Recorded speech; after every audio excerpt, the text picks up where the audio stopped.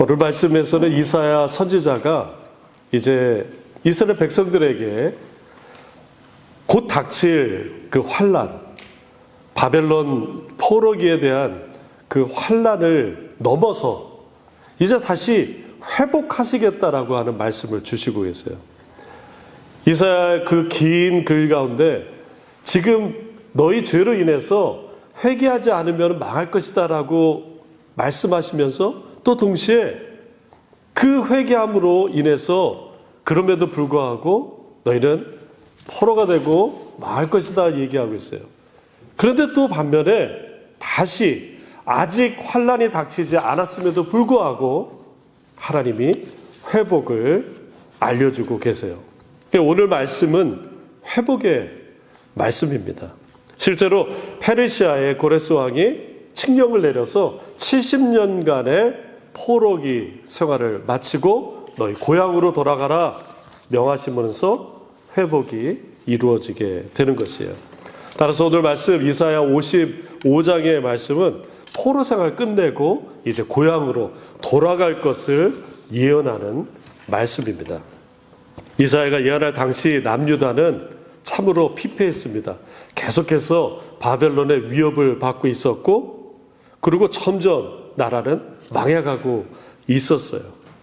재밌는 사실은 하나님이 아직 닥치지 않을 그 멸망 넘어서의 하나님의 회복을 명하고 계시다는 것이에요. 따라서 오늘 이사야 55장의 말씀을 한 말씀으로 요약한다면은 이 또한 지나간다라는 것이에요. 우리 따라해 볼까요? 이 또한 지나가리라. 이 또한 지나가리라. 이 또한 지나갑니다. 이 말은 우리 한번 볼까요? 그 라틴어로 호에꾸에꾸에 트랜지비트라고 하는 그 말이 고대에서부터 계속 유행했던 말이에요. 영어로는 This too shall pass. 이 또한 지나가리라. 이 말이 그냥 어떤 사람이 딱 지정해서 한 말은 아니고 많은 사람들이 고대에서부터 이렇게 전해져 내려오는 말이었어요. 율법을 해석한 미드라시에서도 다윗 왕이 이렇게 이야기합니다. 자신이 승리하는 순간에도 교만하지 않고 패배하는 절망의 순간에도 실망하지 않기 위해서 반지에다가 문구를 써놨다라는 거예요. 이 또한 지나가리라. 우리가 흔히 이 문장을 어떤 어려운 가운데서 이 또한 지나가리라 라고 생각하는데, 그뿐만 아니라 승리의 순간, 성공의 순간에도 이 또한 지나갈 것이니 교만하지 말라라고 하는 말씀입니다. 1895년 에브라함 링컨 대통령이 미러키에 있는 어느 모임에서 연설하는 가운데 이렇게 인용했습니다. 고대 동방의 한 군주가 신하들에게 어떤 상황에서도 항상 진실할 수 있는 문장을 만들라고 명했다고 합니다. 그들은 왕에게 다음과 같은 문구를 제시했습니다. 이 또한 지나가리라. 이 말이 얼마나 많은 의미를 담고 있겠습니까? 자만의 순간에 겸손하게 만들고 고통의 순간에는 위로를 줍니다. 링컨 대통령의 말대로 승리의 순간, 이 승리가 영원할 것 같다. 그러나 이 또한 지나간다라는 거예요. 겸손해야 한다라는 말이에요. 또한 패배하고 실패의 순간에도 이 또한 지나간다라는 말이에요. 그러니 너무 낙심하지 말고 다시 도전하라라고 하는 의미를 가지고 있는 것이에요.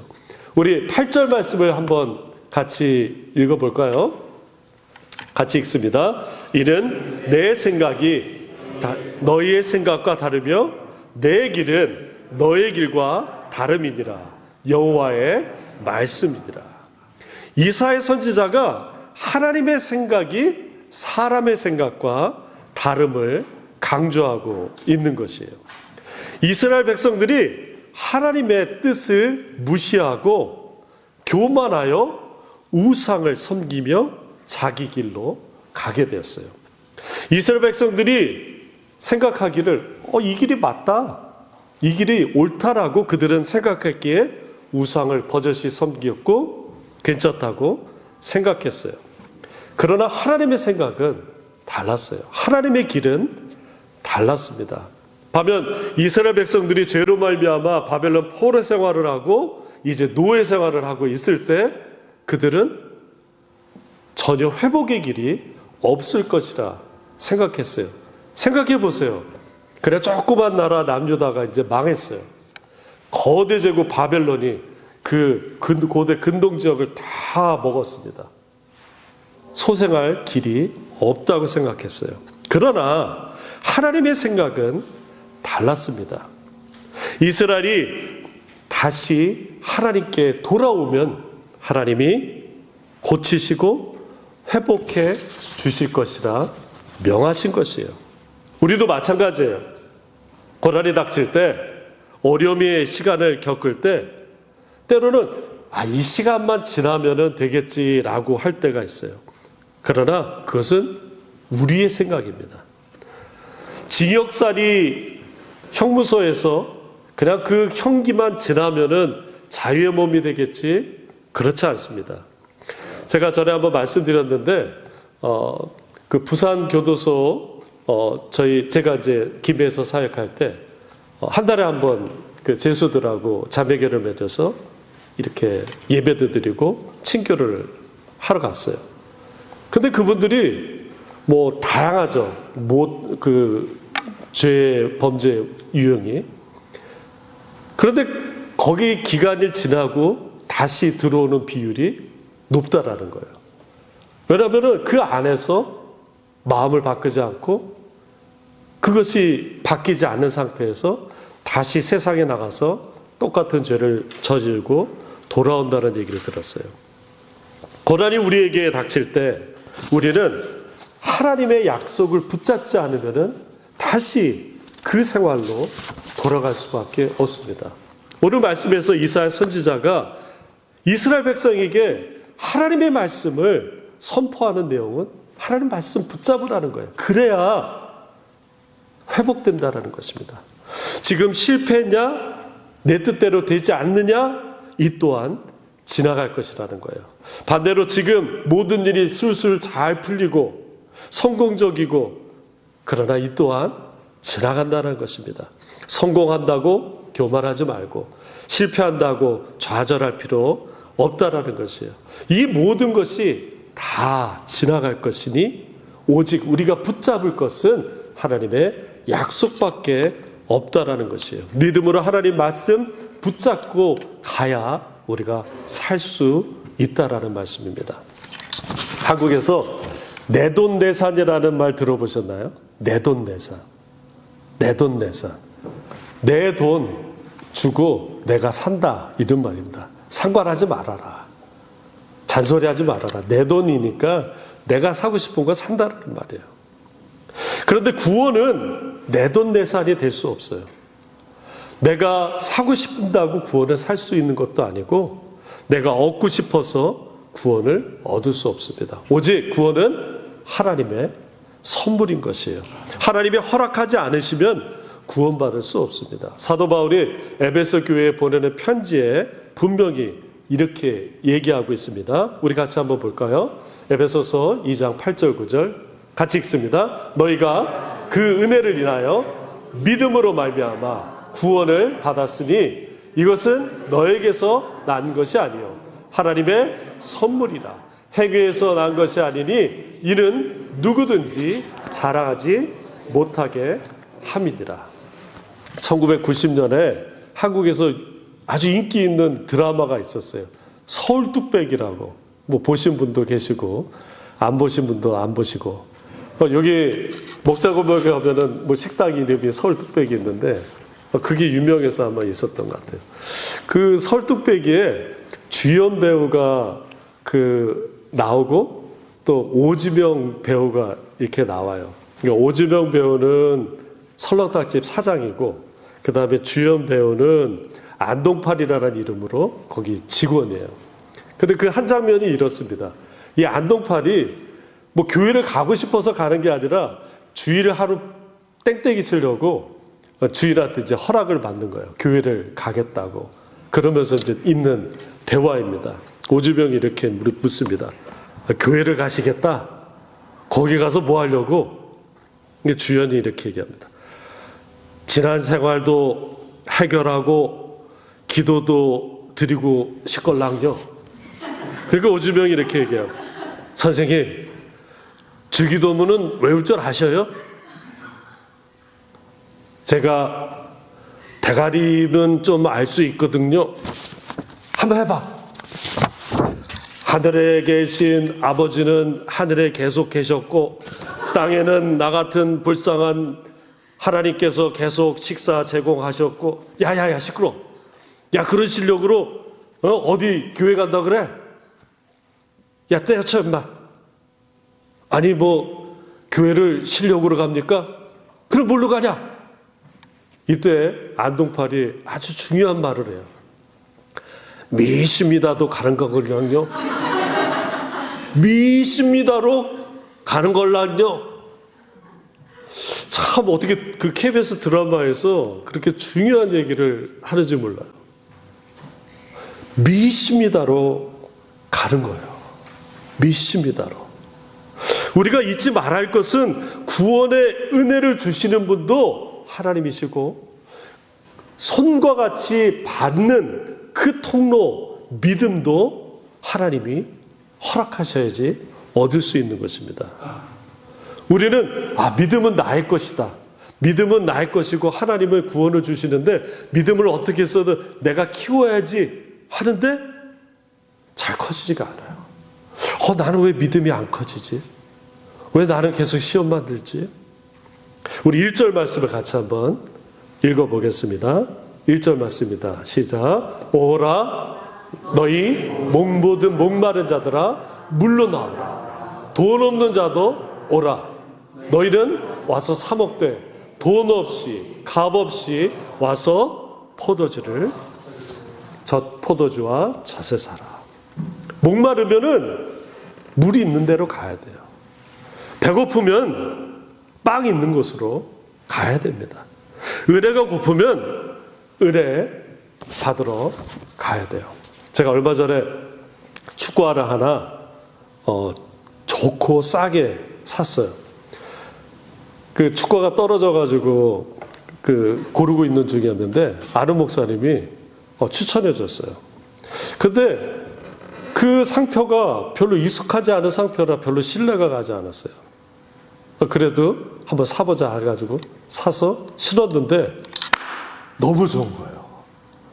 또 세일도 엄청나게 해가지고 39불에 샀어요.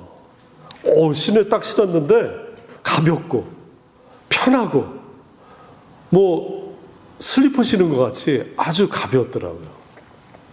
그리고 제가 이제 운동장에서 뛰었잖아요. 그래서 사람들이 다른 목사님들이 이렇게 관심을 갖더라고요. 그거 새 운동하네? 새 축구하네? 뭐예요? 그런데 모델이 좋으니까 아니 이게 진실을 얘기하는데 비웃듯이 모델이 좋으니까 관심을 갖는 거예요. 근데 제가 경험해 봤잖아요. 너무 편한 거예요. 39불짜리인데 퀄리티는 한 150불짜리 퀄리티인 것 같아요. 그래서 제가 막 자랑했어요. 좋고 가볍고 막 했어요. 그랬더니 어떤 옆에 있는 목사님이 아니 그 회사에서 뭐 먹었냐고. 아니라고. 먹은 거 아니라고. 내가 경험해 보니까 너무 좋다고. 그 자리에서 두 목사님이 바로 주문을 했어요. 여러분, 믿음은 나에게 있다고 착각할 때가 있어요. 나는 믿음이 좋아. 내가 신앙생활한 게 얼만데. 그런데 믿음은 나에게서 나오는 것이 아니라 하나님이 주시는 것이에요. 우리 말씀을 같이 한번 읽어볼까요? 우리 로마서 10장 거기에 나와 있지 않군요. 그 로마서 10장 17절에 이렇게 말합니다. 믿음은 들으면서 나며 들음은 그리스도의 말씀으로 말미암습니다. 내 스스로 내 속에서 믿음이 막 생긴다라고 하는 것이 아니라 하나님께서 주어진 것이 있었기 때문에 그것이 나에게 믿음의 그 통로가 되고 있는 것이에요. 나에게 겨자씨만한 믿음이 있다라고 한다면은 그 전에 하나님이 우리에게 부어주신 것이에요. 그렇기 때문에 우리가 자랑할 게 없어요. 은혜도 자랑할 게 없고 믿음도 자랑할 게 없어요. 하나님께서 다 부어주셨기 때문에 그래요. 나는 왜 믿음이 자라지 않지? 왜 나는 자꾸 의심이 생기지? 당연한 거예요. 왜냐하면 우리 안에 선한 것이 나지 않기 때문에 그래요. 틈만 나면 우리가 봐야 돼요. 틈만 나면 읽어야 되고 틈만 나면은 우리가 들어야 됩니다. 우리 2절 말씀을 같이 한번 읽어보겠습니다. 시작. 너희가 어찌하여 양식이 아닌 것을 위하여 은을 달아주며 배부르게 하지 못할 것을 위하여 수고하느냐? 내가 듣고 들을지어다 그리하여 너희가 좋은 것을 먹을 것이며 너희 자신들이 기름진 것으로 즐거움을 얻으리라. 심리학자 제임스 파울러라는 사람이 있어요. 신앙 발달 이론이라는 것으로 유명하신 분이에요. 이분의 주장은 이런 거예요. 유아기, 아동기, 청소년기, 성인 초기, 또 장년기 이렇게 걸치며 6단계를 걸치면서 믿음, 신앙이 자란다는 거예요. 여기서 신앙은 우리 종교적인 신앙뿐만 아니라 어떤 신뢰의 의미도 계속 자란다라는 이론입니다. 그런데 믿음이 이렇게 자라지가 않아요. 그냥 나이가 먹어간다고 해서 신뢰가 높아지질 않습니다. 어린아이도 철석같이 믿는 사람이 있고 믿는 아이도 있고 어른이 돼도 의심투성인 사람들이 많이 있어요. 왜냐하면 믿음이 나의 것이 아니기 때문에 그래요. 믿음은 오직 예수 그리스도의 말씀을 들을 때 생겨나는 것입니다. 나는 원래 믿음이 좋은 사람이야. 틀린 말입니다. 나는 원래 믿음이 없고 의심 많은 사람이야. 아니에요. 태어나기를 그렇게 한 것도 아니고 천성적으로 의심 많은 사람도 아닙니다. 이유는 뭐냐면 예수 그리스도의 말씀이 내 안에 늘 채워져 있느냐 이것을 우리가 점검해야 됩니다. 우리 고린도후서 13장의 말씀을 같이 한번 읽어보겠습니다. 시작. 너희는 믿음 안에 있는가? 너희 자신을 시험하고 너희 자신을 확증하라. 예수 그리스도께서 너희 안에 계신 줄을 너희가 스스로 알지 못하느냐? 그렇지 않으면 너희가 버림받은 자이니라. 따라서 내가 은혜 자리에 지금 있는가? 지금 내가 예수 그리스도의 말씀 가운데 거하고 있는가? 나는 주님의 말씀을 들으려 하고 있는가? 그래야 옛날에 고리적에 받았던 그 말씀 가지고 아직도 곰국 우리듯이 우려먹고 있는가? 다시 점검해야 된다는 것이에요. 6절 말씀에 이렇게 나옵니다. 너희는 여호와를 만날 만한 때에 찾으라. 가까이 계실 때에 그를 부르라 말씀하고 계세요. 하나님의 은혜로 말미암아 믿음으로 받는 구원을 우리 스스로 난 것이 아니라는 것이에요. 우리에게 선한 것이 없기 때문에 그랬어요. 오직 하나님의 선물입니다. 짐 엘리엇이라는 선교사가 있었어요.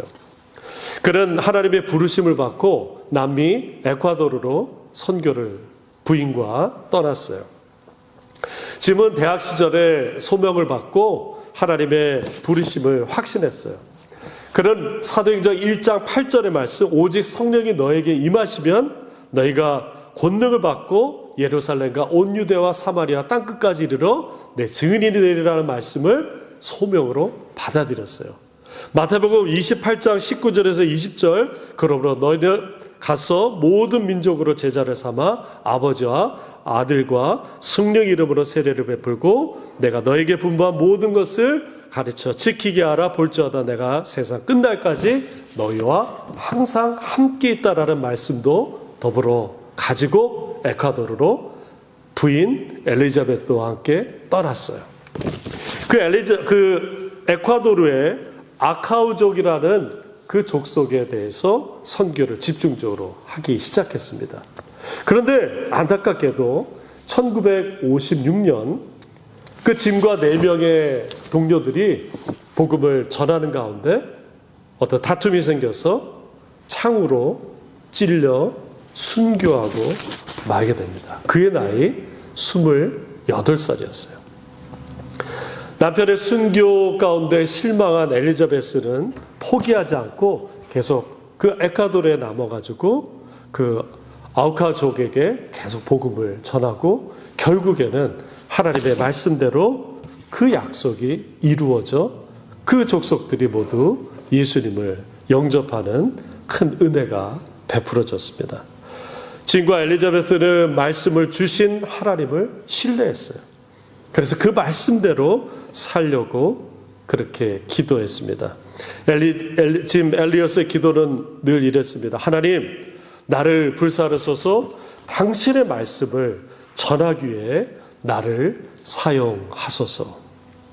우리 7절의 말씀을 같이 한번 읽어보겠습니다. 악인은 그 길을, 불의한 자는 그의 생각을 버리고 여호와께 돌아오라. 그리하면 그가 긍휼히 여기시리라. 우리 하나님께로 돌아오라. 그가 너그럽게 용서하시리라. 때로는 사람들이 성공 때에 교만할 수 있고 실패할 때에 낙심할 수 있습니다. 그러나 이 모든 것이 하나님께로 돌아올 때 회복되는 것을 우리가 보게 돼요. 17세기의 유명한 네덜란드의 화가 렘브란트는 큰 성공을 거뒀어요. 부와 명예를 얻었습니다. 그러나 그는 사치하고 방탕하고 아주 교만했어요. 프랑스 비평가 장 바티스트 데상이라는 사람이 이 렘브란트를 평가하기를 그는 자유와 그림과 돈만 사랑하는 사람이다. 아주 혹평했어요. 그 정도로 렘브란트는 무례하고 교만하고 거만했습니다. 그런데 그런 그에게 큰 시련이 닥치게 되었어요. 렘브란트 나이 29에 1635년 어린 아들 룸바르투스가 세상을 떠나요. 그 이어서 첫째 딸 코르넬리아도 세상을 떠납니다. 그리고 둘째 딸도 갑작스럽게 죽음을 맞이하고 7년 뒤에 그의 사랑하는 아내 사스키아도 세상을 떠나게 됩니다. 그리고 마지막 남은 아들 티투스도 죽음을 맞이하게 돼요. 정말 어떻게 감당을 할 수가 없는 상황이었습니다. 렘브란트는 이 가운데 너무너무 고통스러워했어요.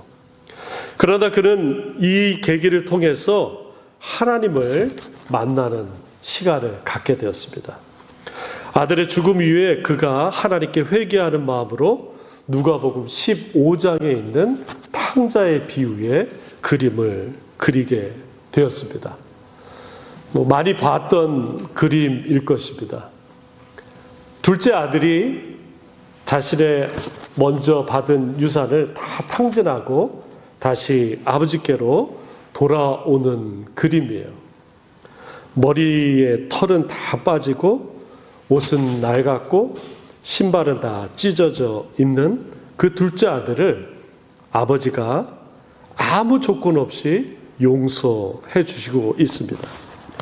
렘브란트가 그린 무릎 꿇고 용서를 구하는 탕자는 이 렘브란트 자신을 그린 것입니다. 렘브란트는 말씀을 붙들고 회개하여 하나님께 다시 돌아오게 되었어요. 렘브란트는 탕자를 받아준 아버지와 같이 하나님께서 자신을 교만했고 거만했고 높았던 자신을 받아줄 것을 확신하게 되었습니다. 지금의 고통이 영원할 것이다 라고 생각하는 것, 그러나 이 또한 지나간다는 것입니다. 이 고통은 곧 지나가고 하나님께서 허락하신 은혜가 임할 줄 믿습니다. 지금의 성공이 영원할 것 같지만 그러나 이 또한 지나가는 것입니다. 지금의 잘됨은 영원하지가 않습니다. 왜냐하면 하나님의 생각이 우리의 예상과 우리의 생각과 다르기 때문에 그렇습니다. 지금 상황이 좋든 나쁘든 그것은 영원하지 않습니다. 다 지나가는 일입니다. 그러나 하나님의 말씀은 영원하기에 우리가 붙잡을 것은 하나님의 말씀밖에 없다라는 거예요. 우리 일생 가운데서 일이 일비할 때가 많이 있어요. 그러나 변하지 않는 영원한 하나님 말씀으로 집을 지을 때 우리는 흔들리지 않을 줄 믿습니다. 진리 되신 예수 그리스도의 말씀 위에 집을 세우길 바랍니다. 비바람이 불어도 흔들리지 않습니다. 세상의 성공 위에 집을 세우지 마시기 바랍니다. 그것은 모래 위에 집을 세우는 것 같습니다. 왜냐하면 그 또한 지나가기 때문에 그래요. 세상의 실패 위에 우리의 집을 짓지 말기 바랍니다. 그러면은 그 집은 모래와 같이 무너집니다. 이 또한 지나가기 때문에 그래요. 예수 그리스도의 말씀 위에 우리 영혼의 집을 세우시길 예수님의 이름으로 축원합니다. 그 집은 반석과 같아서 흔들리지 않고 영원한 하나님의 집이 될 줄 믿습니다. 이 땅에서 우리가 이렇게 좋은 것을 보면은 웃고 나쁜 것을 보면은 슬퍼하고 실망할 때가 있어요. 그러나 하나님께서 우리에게 주신 은혜가 있기에 하나님 그 은혜 붙잡고 사는 저 여러분 되시길 예수님의 이름으로 축원합니다.